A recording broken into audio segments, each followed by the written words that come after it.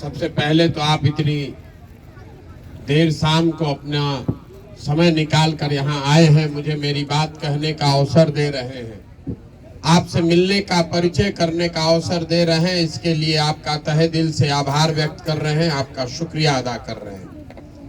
हमारा नाम है प्रशांत किशोर और हम नेता नहीं हैं, आपसे वोट मांगने नहीं आए। ये वोट मांगने का अभियान नहीं है। हम बिहार के एक साधारण परिवार के लड़के हैं। हमने संकल्प लिया है कि पूरे बिहार में गांव, शहर, कस्बा, देहात पैदल चल के ही जाएंगे। अभी करीब करीब 195 दिन से हम पैदल चल रहे हैं। पूरा बिहार करने में कम से कम 1-1.5 साल और चलना पड़ेगा। तो अपना घर परिवार सुख सुविधा छोड़ के सुबह से शाम तक हम पैदल क्यों चल रहे हैं? वोट आपसे हम मांग नहीं रहे हैं और हमारे पैदल चलने से आपका कोई फायदा है नहीं।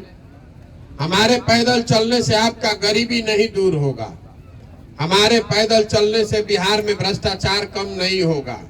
आपका नाली गली नहीं बनेगा, आपके बच्चों के पढ़ाई और रोजगार की व्यवस्था नहीं होगी। तो हम पैदल क्यों चल रहे हैं?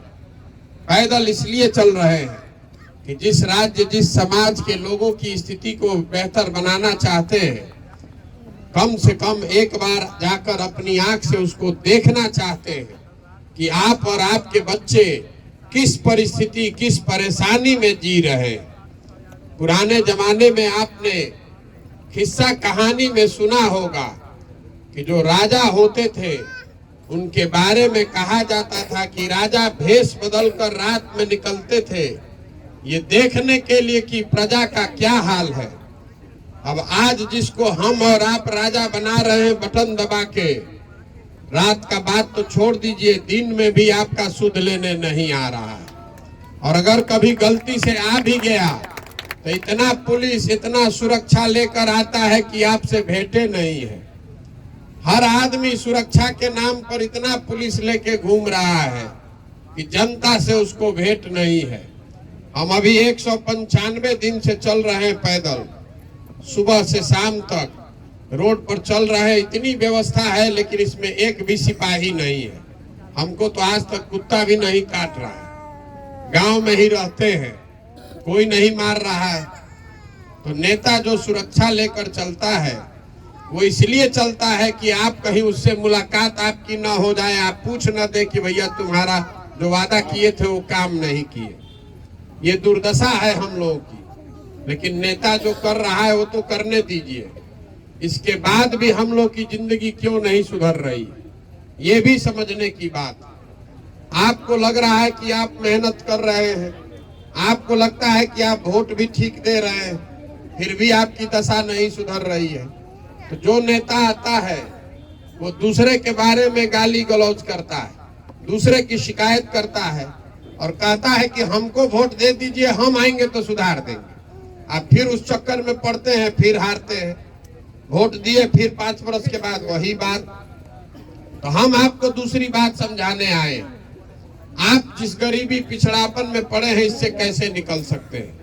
अगर इससे निकलना है तो सबसे पहले आपको ये समझना है कि आपकी गरीबी है क्यों। तो पहली बात ये समझिए कि जितने लोग यहाँ सरकार में रहे, जितना नेता जिसने जो किया या करने का दावा करता है उसको सबको सही मान लीजिए। किसी नेता को गाली गलौज करने का, झगड़ा करने का मतलब ही नहीं है। मान लीजिए कि 40 वर्ष में कांग्रेस ने यहाँ बिहार में बहुत काम किया। ये भी मान लीजिए कि लालू जी के राज में सामाजिक तौर पर जो गरीब और पिछड़े लोग थे उनको आवाज मिल गई। ये मान लीजिए कि नीतीश कुमार के सुशासन में बिहार का विकास हो गया। लेकिन अगर सबके बात को, सबके दावा को सही मान भी लीजिएगा तो भी आज जो बिहार की दशा है कि बिहार देश का सबसे गरीब, सबसे पिछड़ा, सबसे ज्यादा अशिक्षित, सबसे ज्यादा भूखमरी और बेरोजगारी वाला राज्य है। ये मानने में तो कोई दिक्कत ही नहीं है। तो काहे लिए बेकार नेता से झगड़ा कर रहे हैं कि किसने काम किया, किसने नहीं किया। हम कह रहे हैं कि जिसने भी काम किया उसको सही मानिए भाई, उसको प्रणाम कीजिए। लेकिन अपना दिमाग से ये सोचिए कि जिस रास्ते पर 50 वर्ष से आप चल रहे हैं, उस रास्ते से अगर आपका विकास नहीं हुआ तो अगले 50 वर्ष में भी आपका वो दशा नहीं सुधरेगा। इसलिए नहीं सुधरेगा कि दुनिया भर के विद्वानों ने गरीबी से निकलने का 3 ही रास्ता बताया है, और बिहार में आप ध्यान से देखिएगा तो तीनों के तीनों रास्ते लोगों के लिए बंद है। विद्वानों ने बताया कि अगर आपको गरीबी से निकलना है तो पहला रास्ता है पढ़ाई। अगर आपका बाल बच्चा बढ़िया पढ़ लिख जाएगा, पढ़ लिख के नौकरी पा जाएगा, तो उससे उसकी उन्नति, आपके परिवार का विकास हो सकता है। दूसरा रास्ता बताया गया खेती। अगर आपके पास जमीन हो, आप पढ़े लिखे नहीं हैं लेकिन जमीन है, तो खेती किसानी करके अपना गरीबी दूर कर सकते हैं। और तीसरा रास्ता है पैसा, पूंजी। अगर आपके पास पढ़ाई नहीं है, खेती नहीं है, लेकिन पैसा हो, तो दुकानदारी, रोजी रोजगार, व्यापार करके आप आगे बढ़ सकते हैं। तो बिहार में मैंने आपको बताया कि ज्यादातर लोगों के लिए ये तीनों दरवाजे बंद हैं। शिक्षा की हालत ये है कि आपके बच्चे, जो गरीब के बच्चे हैं, वो पढ़ने जा रहे हैं तो स्कूल में पढ़ाई हो ही नहीं रहा है। सिरे से स्कूल सब बर्बाद हो गया। स्कूल में खाली खिचड़ी बट रहा है। आप में से कुछ बहुत लोग ये भी सोच रहे हैं कि हमारा लड़का तो प्राइवेट में जाता है। तो अगर आपका लड़का प्राइवेट में भी जा रहा है तो स्कूल में तो प्राइवेट में पढ़ लेगा, लेकिन कॉलेज में तो उसको भी सरकारी में ही जाना है। कॉलेज तो प्राइवेट है नहीं। तो कॉलेज में जब आपका लड़का पहुंचता है तो वहां पर भी पढ़ाई नहीं हो रहा है। लड़का गया, एक बार नाम लिखाया, एक बार एडमिट कार्ड लेके परीक्षा दिया, और फिर तीसरी बार 5 वर्ष में डिग्री लेके चला आया। इस पढ़ाई ना स्कूल में हो रहा है ना कॉलेज में। तो जब आपके बच्चे पढ़ेंगे ही नहीं तो मजदूर नहीं बनेंगे तो कलेक्टर बनेंगे। तो ज्यादातर बच्चों के लिए पढ़ने की व्यवस्था ही नहीं है। और ऐसा नहीं है कि पढ़ाई पर सरकार खर्च नहीं कर रही है। इस गरीब बिहार में आपका, हमारा हर साल, इसको याद रखिएगा, 40,000 करोड़ रुपया, 40,000 करोड़ रुपया खाली पढ़ाई पर खर्च किया जा रहा है। लेकिन यहाँ इतना चोरी है, इतना कुव्यवस्था है कि 40,000 करोड़ रुपया खर्चा करने के बाद भी 40 बच्चों के भी पढ़ने की व्यवस्था नहीं है। तो मान लीजिए पढ़ाई खराब है, तो दूसरा रास्ता आपको हमने बताया खेती। खेती से काहे नहीं सुधर रहे हैं? तो इस बात को आप समझिए, बिहार में 100 लोग जो रहते हैं उसमें 60 आदमी के पास एक को दूर जमीनें नहीं है। आप अपने गांव में भी देखिएगा तो 100 आदमी रहता होगा तो 60 आदमी के पास जमीन है ये नहीं है। यहाँ 75 साल में भूमि सुधार के लिए कोई काम नहीं किया गया। समाजवाद के नाम पर राजनीति हुआ, सामाजिक न्याय, गरीब की बात हुई, लेकिन गरीब को जमीन नहीं दिया गया, कोई भूमि सुधार लागू नहीं किया गया। तो 60 आदमी के पास जमीन है ये नहीं है, लेकिन जो 40 के पास जमीन है उसकी दशा ये है कि 40 में 35 आदमी 2 बीघा से कम का मालिक है, बहुत छोटा किसान है। तो जो लोग यहाँ खेती करते हैं वो कमाने वाला खेती नहीं करता है, वो खाने वाला खेती करता है। आप 10-15 कट्ठा 1 बीघा में उतना ही उपजा पा रहे हैं कि आपका और आपके बाल बच्चों का पेट भर जाए, उससे कमाने का उपाय नहीं है। सरकार का आंकड़ा बताता है कि बिहार में 100 में 4 या 5 लोग ही किसान ऐसे हैं जो खेती करके आमदनी कर रहे हैं। बाकी आदमी खेती करके अपना पेट भर रहा है, चाहे खेत में मजदूर है। तो शिक्षा है नहीं, खेती है नहीं, तो तीसरा रास्ता आपको बताया पूंजी। अगर ये दोनों नहीं है, लेकिन अगर हाथ में पैसा होता तो कुछ नहीं करते, 5 को भैंसे पाल लेते, गांव देहात में अपना कोई दुकान खोल लेते, गाड़ी चला लेते, मुर्गा फार्म खोल लेते, कुछो करते। तो बिहार में प्रति व्यक्ति औसत आय है 35,000 रुपया। एक आदमी औसतन यहाँ 35,000 रुपया साल में कमाता है। देश में एक आदमी कमाता है 1,45,000 रुपया। तो 35,000 रुपया अगर आप कमाते हैं तो साल भर में इस महंगाई के जमाना में आप खाइएगा क्या, बचाइएगा क्या, और पूंजी कहाँ से लाइएगा? यही वजह है कि पीढ़ी दर पीढ़ी बिहार के लोग गरीब बने हुए हैं। आपके पास शिक्षा है नहीं, खेती है नहीं, पूंजी व्यापार करने का उपाय है नहीं, तो गरीबी से निकलिएगा कैसे? जितना मेहनत करना है कर लीजिए, जिसको वोट देना है दे लीजिए, आपकी दशा सुधर नहीं सकती है। जब तक बिहार में बच्चों के पढ़ने के लिए अच्छी उन्नत शिक्षा की व्यवस्था नहीं की जाएगी, जब तक यहाँ भूमिहीनों को जमीन नहीं दिया जाएगा, खेती को कमाने वाला खेती नहीं बनाया जाएगा, और जब तक घर घर में महिलाओं को, युवाओं को हाथ में कर्जा ही देकर पूंजी नहीं दिया जाएगा ताकि घर घर में रोजगार हो, तब तक बिहार से गरीबी का कोई खात्मा नहीं हो सकता है। अब आप पूछिएगा कि भैया प्रशांत किशोर अगर आपको समझ में आ रहा है, देश में इतना बड़ा बड़ा नेता है, उसको काहे नहीं समझ में आ रहा है? उसको भी समझ में आ रहा है। तो फिर ये हो क्यों नहीं रहा है? हो इसलिए नहीं रहा है कि आप चाहते नहीं है। हम अब आप कहेंगे कि आप चाहते नहीं, तो आपको बड़ा आश्चर्य होगा। आप कहिएगा कि काहे नहीं चाहेंगे, तो अभी 2 मिनट में हम आपको बताते हैं कि आप कैसे नहीं चाह रहे। यहाँ जितने लोग बैठे हैं, आप एकदम शांत चित्त होकर सुन रहे हैं। अभी आपसे एक सवाल पूछेंगे, उसका जवाब आपको देना है। जिसको हाँ लगे वो हाँ बोले, जिसको ना लगे वो ना बोले। 1 मिनट में पता चलेगा कि आपकी दुर्दशा क्यों है। देखिए, बिहार में और कुछ हो चाहे नहीं, इतना तो सबको समझ में आ रहा है कि सबके घर के बच्चों के पढ़ने की व्यवस्था होनी चाहिए। होनी चाहिए कि नहीं होनी चाहिए? सोच के बता लीजिए और मुंह से जोर से बोलिए। मुड़ी नहीं हिलाना है, कथा सुनने नहीं आए हैं। सवाल का जवाब दीजिए। और कुछ हो चाहे नहीं, बिहार में हर बच्चों के पढ़ने की अच्छी व्यवस्था होनी चाहिए कि नहीं होनी चाहिए? तो अब सब ने अभी कहा है होनी चाहिए।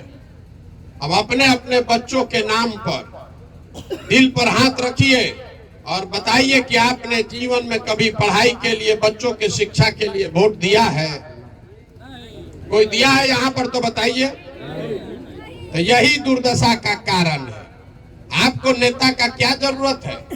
अभी आपने बताया स्वयं से कि सबके पढ़ने की व्यवस्था होनी चाहिए। आपको मालूम है कि अगर आपके बच्चे अच्छा पढ़ लिख जाए तो आपका जीवन सुधर जाएगा, लेकिन आप पढ़ाई के लिए वोट नहीं देते।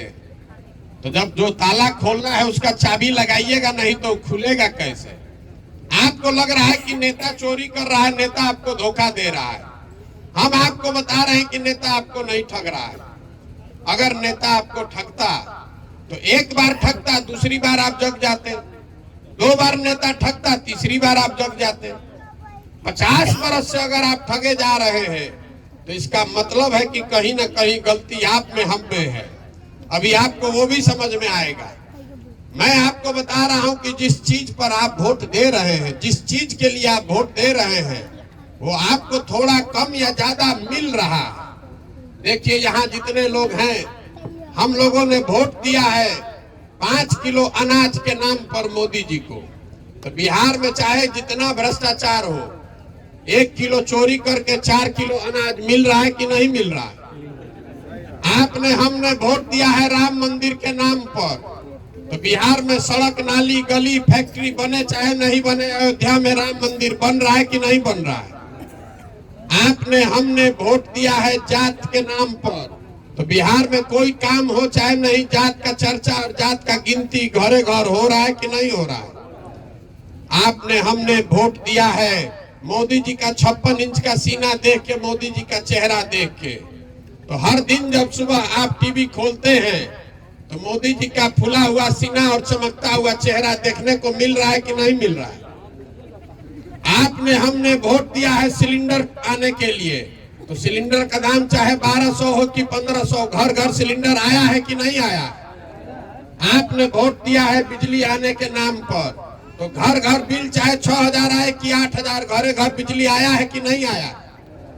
आपने, हमने वोट दिया है गुजरात में विकास का कहानी सुन के। तो गुजरात में फैक्ट्री लगा हुआ ही है और आपके घर के बच्चे जाकर गुजरात में मजदूरी कर रहे हैं कि नहीं कर रहे हैं? तो आपने किस चीज पर वोट दिया है जो नहीं मिल रहा, वो आप हमको बता दीजिए। आपने जब अपने बच्चों के शिक्षा और रोजगार के लिए वोटे नहीं दिया है तो काहे के लिए माथा पीट रहे हैं? आपने शिक्षा के लिए वोट नहीं दिया है, अभी आपने बताया। आपने अपने बच्चों के रोजगार के लिए वोट नहीं दिया है, इसीलिए पैदल चल रहे, वोट नहीं मांग रहे, गांव गांव जाकर आपको हाथ जोड़ रहे हैं, ये समझाने का प्रयास कर रहे हैं कि अगर आप अपने और अपने बच्चों की चिंता नहीं कीजिएगा तो कोई दल, कोई नेता, कोई विचारधारा आपके बच्चों की चिंता नहीं करेगा। काहे करेगा भाई? जब आपको अपने बच्चे का चिंता ही नहीं है तो नेता आपके बच्चे की चिंता क्यों करेगा? हम अभी पैदल चल रहे हैं, 100 गो बच्चा आगे दौड़ता है, आधा से ज्यादा बच्चों के शरीर पर कपड़ा नहीं है, ज्यादातर छोटे बच्चों के पैर में चप्पल नहीं है। आपका बच्चा पढ़ने जा रहा है, वो खिचड़ी खाकर आ रहा है। आपका बच्चा पढ़ लिख के घर में बेरोजगार बैठा है या गुजरात, तमिलनाडु में जाकर मजदूरी कर रहा है, लेकिन आपको अपने बच्चे की चिंता नहीं है। आपको तो राम मंदिर की चिंता है, आपको भारत पाकिस्तान पुलवामा का चिंता है, आपको जात का चिंता है। तो कैसे सुधरेगा आप बताइए? लोग कह रहा है कि प्रशांत किशोर बहुत होशियार है, ये आएंगे तो भैया आप सुधारिए, आपके पीछे चलेंगे। तो हम बिहार के आदमी को पहले ही हाथ जोड़ते हैं। बिहार का आदमी अगर कहा कि आपके पीछे है तो समझिए कि आपको सूली पर टांग देगा। जो समाज, जिस समाज में लोग अपने बच्चों के साथ नहीं खड़े हैं, आप हमारे साथ खड़ा होइएगा। हमको आप इतना बुर्बक समझते हैं? आपके नस नस में जाति का, धर्म का इतना नशा घुसा दिया है यहाँ के लोगों ने कि आपको अपने बच्चों का दर्द भी नहीं समझ में आ रहा है। आपको अपने बच्चों के भविष्य की चिंता नहीं है, तो आप प्रशांत किशोर के साथ खड़ा होइएगा। इसीलिए इस अभियान को शुरू किए हैं, अपने साथ आपको जोड़ने के लिए नहीं, अपने साथ खड़ा होने के लिए नहीं। घर घर जाकर हाथ जोड़ रहे हैं, अरे अपना नहीं तो कम से कम अपने बच्चों का चेहरा देखिए। आपका हमारा आधा से ज्यादा जिंदगी तो बीत गया, अगर नहीं सुधरिएगा, जाति धर्म से ऊपर उठकर अपने बच्चों के पढ़ाई और रोजगार के लिए वोट नहीं कीजिएगा तो लिख कर रखिए, एक प्रशांत किशोर आ जाए कि 10 प्रशांत किशोर, ये सुधरने वाला नहीं है। और जितनी बदहाली में आप जी रहे हैं, आपके बच्चों की जिंदगी इससे भी खराब होने वाली है। कोई नहीं बिहार को सुधार सकता है। जब आप सुधरने को तैयार नहीं है तो कोई नेता आके सुधार देगा? इसीलिए पैदल चल रहे, गांव गांव जाकर ऐसे लोगों को ढूंढ रहे हैं जो लोग ये संकल्प लेकर आए कि ना भैया हम लोग आगे चलकर इसको बनाना चाहते हैं। जिससे पूछिए कहता है यहाँ विकल्प नहीं है। अरे विकल्प नहीं है तो आपने विकल्प क्यों नहीं बनाया? विकल्प बनाने के लिए मंगल ग्रह से आदमी आएगा, आपने विकल्प क्यों नहीं बनाया? आप कहते हैं कि हमारे पास संसाधन नहीं है, व्यवस्था नहीं है, जन बल बाहुबल से लड़ने का रणनीति नहीं है। तो हम आपको बता रहे हैं कि जन सुराज वो व्यवस्था है, हम आपको वो रणनीति देंगे। आप जन रणनीति का, जन बल, बाहुबल, सब बल का, संसाधन का चिंता अपने भाई, अपने बेटे प्रशांत किशोर पर छोड़िए और अपने बच्चों के लिए खड़ा होइए, बनाइए विकल्प। जो लोग हमको जानता है वो यही ना कहता है कि भैया जिसका ये मदद करते हैं वो चुनाव जीत जाता है। तो इस बार संकल्प लेकर हम आए हैं, किसी दल का नहीं, नेता का नहीं, बिहार की जनता का हाथ पकड़े हैं, आपका हाथ पकड़े हैं। और भरोसा रखिए आपको भी हारने नहीं देंगे, लेकिन खड़ा तो आपको होना पड़ेगा।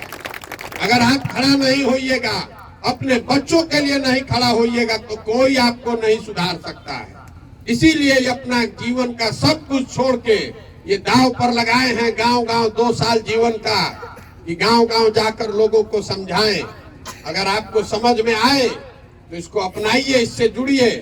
इसका नाम क्या है? जन सुराज। सुराज मतलब सुंदर राज। सुंदर राज किसका? आपने तो सबका राज बनाकर देख लिया। आपने कांग्रेस को देखा, लालू, नीतीश, मोदी, सबको देख लिया। अब अगर प्रशांत किशोर को देखिएगा तो हम भी आपको 5 वर्ष ठगेंगे। हम पर भी दाव मत लगाइए। एक बार जनता की सरकार बनाइए, अपनी सरकार बनाइए, तब सुधरेगा। ये अभियान इसी बात के लिए है कि समाज के बीच से आप जिसको चुनकर निकालिएगा, वो गरीब हो, अमीर हो, अगड़ा हो, पिछड़ा हो, हिंदू हो, मुसलमान हो, जिसको समाज मिलकर तय करेगा, उसी आदमी को दल से ऊपर उठकर चुना जाए। उसी के पीछे अपनी पूरी ताकत, शक्ति, पैसा, बुद्धि हम लोग लगाएंगे और आपके आशीर्वाद से उसको जिता कर लाएंगे। तभी न बनेगा जनता की सरकार। आप यहाँ वैशाली से चुनकर भेजिए, चुनिए अपना उम्मीदवार, उसको निर्दलीय लड़ाइए, हम लोग सब उसकी मदद करेंगे। आप भी उसके पीछे खड़ा होइए। ये दल के दलदल से बाहर निकलिए। नेताओं का चेहरा देखकर वोट देना बंद कीजिए, अपने बच्चों का चेहरा देखकर वोट कीजिए। एक बार अपने बच्चों के लिए स्वार्थी बनिए। नेता आता है, कहता है देश के लिए वोट दीजिए, कोई कह रहा है अपने जात के लिए वोट दीजिए, कोई कह रहा है बिहार के लिए वोट दीजिए, समाज के लिए वोट दीजिए। हम आपको कहने आए हैं कि जीवन में एक बार अपने बच्चों के लिए वोट दीजिए, अपने बच्चों के लिए जगिए, उसके शिक्षा और उसके रोजगार के लिए वोट दीजिए, तभी सुधरेगा। यही बताने आए हैं। अब आप बताइए कि प्रयास होना चाहिए कि नहीं होना चाहिए? तो हम आपसे वोट नहीं मांग रहे हैं, हम चंदा लेते नहीं हैं। और नजर घुमा के देखिए, हमारी इतनी बड़ी व्यवस्था में हम अपना फोटो नहीं लगाते हैं। आपसे मांगने आए हैं आपका आशीर्वाद। ये टेढ़ा काम है, 40,000 गांव में जाना है, 1.5-2 बरस लगेगा। ये 5 दिन आदमी बाबा धाम जा रहा है तो उसका हाथ पांव फूल जा रहा है। हम 195 दिन से चल रहे हैं, अभी 1.5 बरस चलेंगे। कैसे होगा ये होगा ऊपर वाले की कृपा से और आपके आशीर्वाद से। हमको आपका वोट नहीं चाहिए, हमको आपका आशीर्वाद चाहिए। ये काम जो ठाने हैं इसको करके ही मानेंगे। अगर आपको लगता है कि ये काम ठीक है, ये आपके और बिहार के बच्चों के भविष्य के लिए है, तो एक बार हाथ उठाकर आशीर्वाद दीजिए। है ना आपका आशीर्वाद? हो, प्रयास हो ना भाई। देखो अभी हम नारा आपसे लगवाएंगे। मैं बोलूंगा जय बिहार, आपको बोलना है जय जय बिहार, जय बिहार, जय बिहार, जय बिहार। आपने सुना होगा कि हम नारा बहुत लिखते हैं। मोदी के लिए लिखे, नीतीश के लिए लिखे, इस बार बिहार की जनता के लिए ये नारा यूज कर रहे हैं। ये नारा आपसे क्यों लगवा रहे हैं इसको समझिए। बिहार की जनता का, हमारा आपका आत्मसम्मान मर गया है। बिहार के बच्चे बाहर पढ़ने जाते हैं, कोई मजदूरी करने, नौकरी करने जाता है, तो जो बाहर जा रहा है कहता है बिहारी मतलब बुर्बक, बिहारी मतलब अनपढ़, बिहारी मतलब बेवकूफ। हम लोग सब लोग बेवकूफ हैं। अरे बिहार की जनता बेवकूफ नहीं है, आप बेवकूफ नहीं हैं, यहाँ के नेताओं ने हम लोग को बेवकूफ बना दिया है। एक बार आप जग जाइएगा, अपने बच्चों के लिए जग जाइएगा। तो ये ज्ञान की भूमि रही है, इस मिट्टी का गौरव करना सीखिए। ये वो जमीन है जहाँ देवताओं को भी आकर ज्ञान मिला है। ये वो जमीन है जहाँ आपके हमारे पूर्वजों ने ऐसी व्यवस्था बनाई थी कि पूरे दुनिया से लोग पढ़ने के लिए बिहार आते थे। पूरे भारत भर का शासन बिहार से चलता था। और आज हम लोग का दुर्दशा देखिए कि हम लोग की दुर्दशा ऐसी है कि हम लोग के बच्चों को पढ़ने के लिए, रोजी रोजगार के लिए पूरे भारत में दर दर का ठोकर खाना पड़ रहा है। तो ये स्थिति बदलनी चाहिए कि नहीं बदलनी चाहिए? बदलनी चाहिए कि नहीं बदलनी चाहिए भैया? तो बदलनी चाहिए तो एक ही संकल्प लीजिए, अगली बार जब वोट दीजिए तो अपने बच्चे का चेहरा देखकर वोट दीजिएगा और अपने बच्चे के पढ़ाई और रोजगार के लिए वोट दीजिए। जन सुराज में हम लोग कोई वादा नहीं करते हैं, लेकिन मैं जन सुराज का एक संकल्प आपको बता देता हूँ।